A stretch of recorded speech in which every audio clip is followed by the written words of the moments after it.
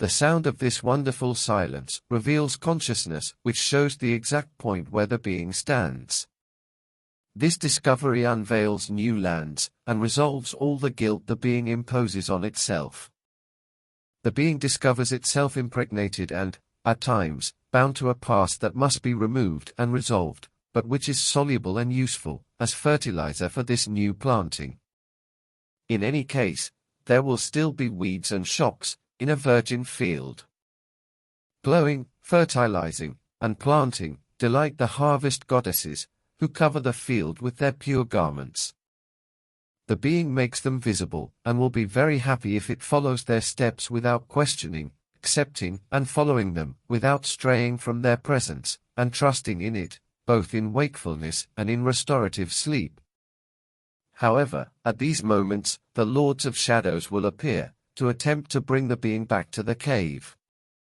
For the possibility of confrontations, it is the allegories that give references, noting the availability of weapons, tools, armies, associations, kinships, friendships, and strategies in an inevitable conflict and unquestionable justice. Respect and trust in a correct gaze, place things in their proper order, and eliminate enmities. The ears open to the sound flow that propels the work, for there is no longer anything to discredit.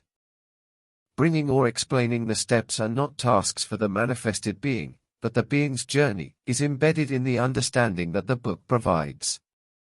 There is no selfishness here, but rather a progression in perfect alignment with what is already written and described, leaving it, solely to the being, to execute it.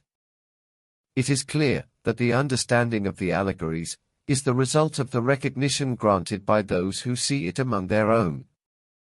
The only punishment, if it can be called that, for those who do not recognize it, is remaining in the circle of ignorance.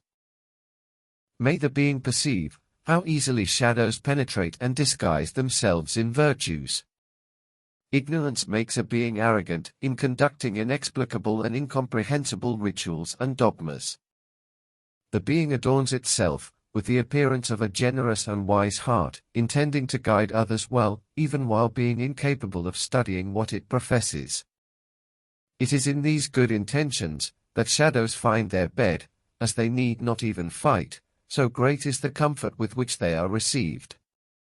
It is important not to blame the habit of practicing a good that is not truly good, but to recognize it as the result of a well-executed sale of an item the being buys, without questioning its intent. Understanding the danger of this simplistic acceptance is inherent to the being, but the longer it takes to face it, the more deeply rooted it will become. In the last days, beings will surrender body and soul, as if this existed, to the gods in tearful prayers of repentance and requests for forgiveness, begging for a place in a heaven or paradise, which ignorance does not allow to be non-existent.